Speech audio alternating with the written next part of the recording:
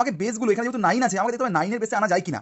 এবং আমাদের এটা কি করতে পারি আমরা, 81 কি 9 এর স্কোয়ার, তাহলে 9 এর স্কোয়ার যদি হয় তাহলে এখানে 2 লিখবো, 2 × 25 করলে কত হয়, 5 হয়। এখানে 9⁴.5 থাক, কোনো অসুবিধা নেই। এখানে ভাগ আছে, দেখো এখানে এটাকে কি 9 হিসেবে আনা যাবে? হ্যাঁ, কেন আনা যাবে না? এখানে এটাকে যদি 9 করি, তার মানে কি এখানে আমি 2 একটা ধান নিলাম, ধান নেওয়া মানে কি, এখানে 4.8 আছে, সেটা হয়ে যাবে 2.4 ইকুয়াল টু 9⁴x। এবার দেখো প্রথমে যেহেতু আমাদের ভাগের কাজ আগে করতে হয়, তাহলে আমি ভাগের কাজটা আগে করবো।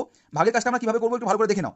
9⁵ থাক, প্রথমে ভাগের কাজটা করি। দেখো ভাগ করলে যেহেতু বেস দুটো সমান, 9 এটাও 9, তাহলে ভাগ করলে পাওয়ার হবে বিয়োগ, মানে 4.5 মাইনাস 2.4। একটু ভেঙে করছি যাতে করে আমাদের সুবিধা হয়।